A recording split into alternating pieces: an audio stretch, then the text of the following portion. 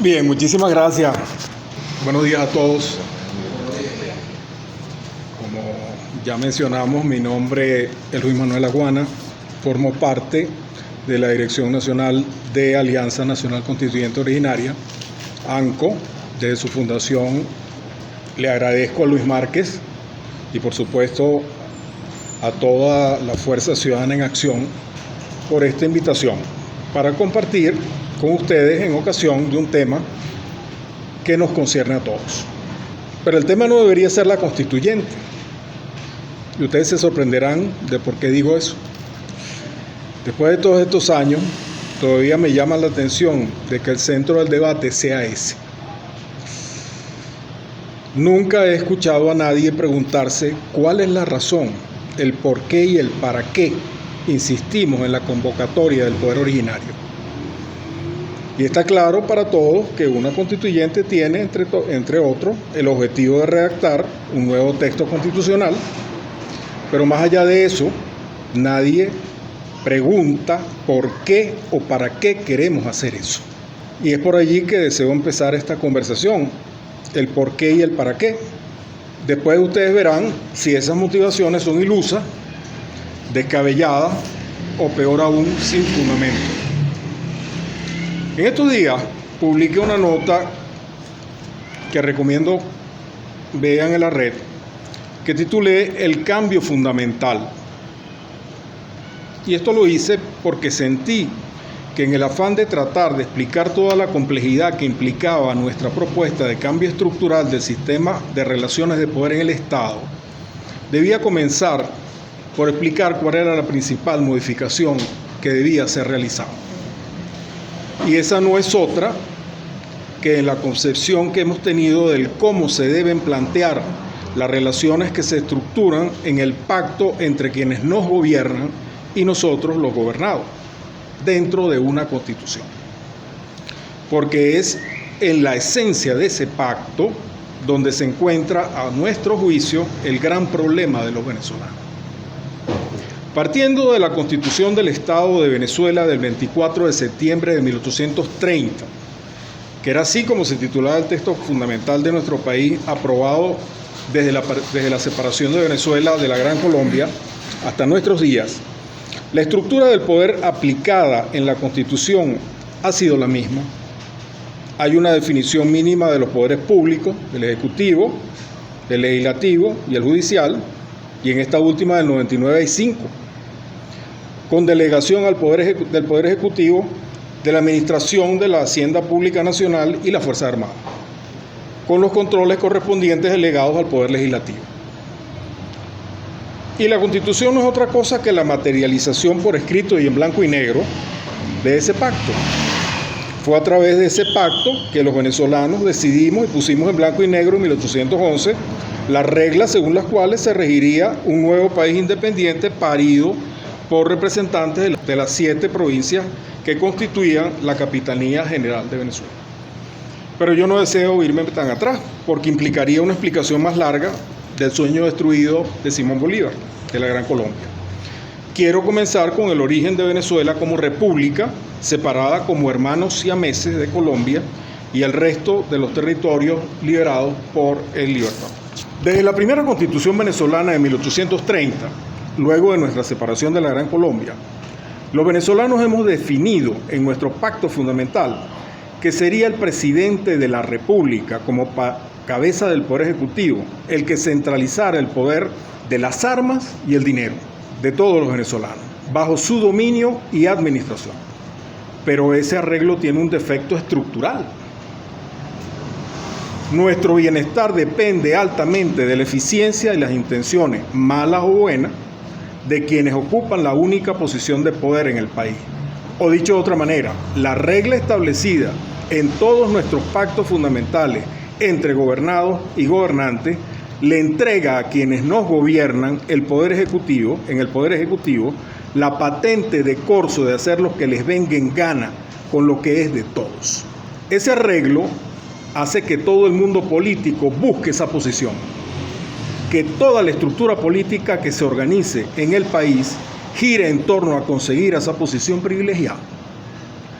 El presidente de la República en la práctica se hace dueño de Venezuela. Y ustedes me preguntarán o me dirán, pero eso no es así. Existen los contrapesos institucionales, están los poderes legislativo y judicial. El presidente no lo puede hacer todo o no puede hacer lo que le dé la gana. Pero en Venezuela lo ha hecho y no de ahora, sino desde que somos república. El sistema de relaciones de poder no ha funcionado eficientemente y lamentablemente en toda nuestra historia esos mecanismos definidos como tales en el pacto fundamental, la Constitución, no han sido lo suficientemente eficientes para evitar los desmanes de quienes han ocupado el poder en Venezuela. No ha existido nunca un equilibrio entre los poderes públicos, ocasionando que quienes han ejercido el poder hayan tenido permanentemente una influencia perniciosa en la administración de lo que es de todos, trayendo como consecuencia subdesarrollo, pobreza y últimamente destrucción institucional del Estado y éxodo masivo de la población. No hemos podido evitar que quienes controlan el poder, ese poder definido en el pacto fundamental, corrompan el resto de los poderes. Así estén definidos 5, como están establecidos ahora en nuestra Constitución. Y a las pruebas me remito. Un poder electoral corrupto y subrogado al régimen no nos ha permitido salir pacíficamente de esta grave situación. En la Constitución de 1925 aparece por primera vez la figura de algo que consideramos completamente decimonónico, injusto y perjudicial para los ciudadanos, y se llama el situado constitucional. La aparición de esta figura coincide con los años iniciales de la producción petrolera en Venezuela de Juan Vicente Gómez. ¿Y por qué? Porque toda esa riqueza tenía que ser distribuida de alguna manera formalmente en la población. La última revisión de ese arreglo que define los ingresos de los estados del país está establecido en el artículo 167, numeral 4, de la Constitución del 99, que dice, y cito, el situado es una partida equivalente a un máximo del 20% del total de los ingresos estimados anualmente por el Fisco Nacional. Poca gente se pasea por el hecho de que esa parte del pacto es completamente perjudicial para nosotros, los ciudadanos, favoreciendo claramente a quienes llegan a ejercer el poder en Venezuela. En el año 2016, solo el 3,67% del presupuesto nacional fue a parar a los municipios del país. El 14,71% fue para la administración de los estados, reservándose el Ejecutivo Nacional el 81,61%. Y una cifra semejante se han repetido durante 60 años, 40 del Pacto de Punto Fijo y los más de 20 del castrochavismo madurismo. Díganme ustedes si todos los alcaldes de Venezuela pueden hacer algo con el 3,67% del ingreso del país para mejorar la calidad de vida cotidiana de los ciudadanos. Esto es agua, luz, seguridad, transporte público, mantenimiento escolar, etcétera, etcétera, etcétera. Pero lo peor no es que los municipios, que es donde realizan la vida de los ciudadanos, no tengan con qué hacerle frente a las cada vez mayores necesidades que demanda la población. Lo peor es que más del 80% del dinero se encuentra a la discreción de un puñado de políticos que se hacen ricos y hacen ricos a quienes les dé la gana y decidiendo en qué parte del territorio se invierte lo que es de todo. Ese pacto no es de ninguna manera equilibrado. Es por esa razón por la que Chávez, Maduro y su entorno se llevaron la riqueza del país, arruinándonos a todos. Y la razón por la cual los partidos se matan entre ellos para estar en su misma posición. De lo anterior, podemos inferir que un pacto de semejante naturaleza tiene que ser cambiado a la brevedad posible. No están interesados en cambiar de ninguna manera el sistema de relaciones de poder establecido en la Constitución. Son usufructuarios de ese sistema. Los ciudadanos nos encontramos entonces en lo que yo llamo estado de indefensión constitucional. Pero, como si fuera poco el desequilibrio existente en las cuentas constitucionales, un estudio realizado en el año 2006 por la Asociación Civil Primer Poder, titulado El Estado Plural, encontró lo siguiente, y cito, el presidente de la República entre 1958 y 1998 tenía la responsabilidad directa sobre más del 80% de las políticas de Estado y sus respectivas áreas operativas de control y servicio, Todas sumaban 230 de las 279 responsabilidades que correspondían al Estado Nacional, sin olvidar un total de unas 500 empresas e institutos autónomos bajo la tutela presidencial. A partir de 1999, el régimen castrochavista trasladó paulatinamente el control absoluto del presidente sobre el 100% de las responsabilidades estatales, agregando otras 22 para totalizar 317. Es decir, una sola persona tiene la responsabilidad directa sobre el diseño de 103 áreas de políticas de Estado, más 105 áreas de controles estatales y 109 áreas de servicios estatales, sin olvidar un total de unas 5.000 empresas e institutos autónomos bajo la tutela directa presidencial, 10 veces el estimado de 1998. Fin de la cita. Ese apoderamiento del Poder Ejecutivo de la vida nacional y de todos nosotros, los ciudadanos, es lo que hay que cambiar urgentemente en Venezuela. Y la única manera de hacerlo es convocando a quien constitucionalmente puede lograrlo, que no es otro que el pueblo de Venezuela, a través de un mecanismo establecido en la Constitución de 1999, una Asamblea Nacional Constituyente de carácter original. Hasta ahora hemos definido entonces el por qué. Ahora vamos a ver el para qué. Al establecer una nueva relación de poder en el pacto, donde se coloque al Poder Ejecutivo en un lugar verdadero de representación de los ciudadanos, implica que ese 80% deberá ir a los estados y a los municipios, pero principalmente a los municipios, dentro de una nueva propuesta de distribución político-territorial.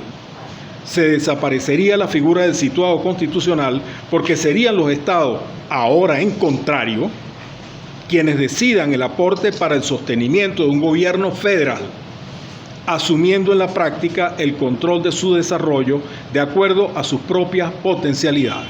Esto es lo que he llamado la inversión de la pirámide del poder en Venezuela. Los estados establecerían el modelo de desarrollo que más les convenga, de acuerdo a su perfil económico, histórico y cultural, y esto deberá estar plasmado en la propia Constitución del Estado, que deberá ser aprobada por su propia población, luego de sancionarse el cambio trascendental que proponemos de una verdadera Constitución Federal para Venezuela. Eso es lo que ANCO en esencia plantea en su propuesta El Gran Cambio, una propuesta para la refundación de Venezuela. Pero los cambios propuestos van más allá. La actualización y reorganización político-territorial de los municipios, la recomposición territorial de las capitales de los estados, comenzando por Caracas, que es la capital de Venezuela, y sugerencias propuestas para un modelo de desarrollo de los estados, todo esto contenido en la obra del Coordinador Nacional de ANCO, el ingeniero Enrique Colmenares Finol, titulada El Delirio Manifiesto, Venezuela, Política, Región y Ciudadanía. No existe hasta ahora ninguna otra propuesta estructurada de cambio político territorial del país de esta envergadura, lo que demuestra la seriedad del planteamiento político hecho por ANCO a los venezolanos. Nadie en Venezuela está preparado para este cambio, pero eso no significa que no sean posibles. No estamos planteando un programa de gobierno como cualquier partido político. No, estamos planteando una nueva estructura de relaciones de poder y desarrollo para los venezolanos y establecerla en nuestro pacto fundamental, puesto en blanco y negro en la Constitución. Y una vez que el constituyente la haya aprobado, entonces será cuando comenzará el trabajo de construcción de una nueva Venezuela. Nos vamos a equivocar como cualquiera que comienza una nueva manera de hacer las cosas, pero la creatividad y el empuje del pueblo venezolano se pondrán por encima de ese estado de indefensión constitucional y ciudadana al que nos han sometido por casi 2 siglos. Ese es el reto de todos nosotros. Bueno, muchísimas gracias.